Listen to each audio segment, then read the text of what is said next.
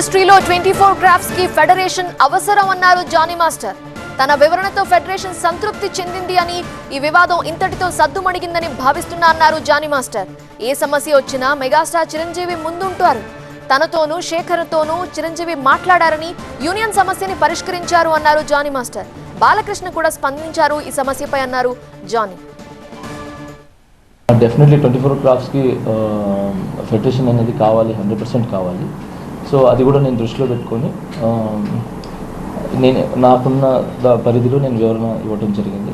So ఆ వివరణకి అందరూ సంతృప్తి చెందడం జరిగింది. సో ఈ సమస్య ఇక్కడతో క్లోజ్ అయిపోయిందని నేను భావిస్తున్నాను. చిరంజీవి సార్ ఏ ప్రాబ్లం ఉన్నా, ఏ మంచి ఉన్నా ఫస్ట్ ఆయన ముందుంటారు.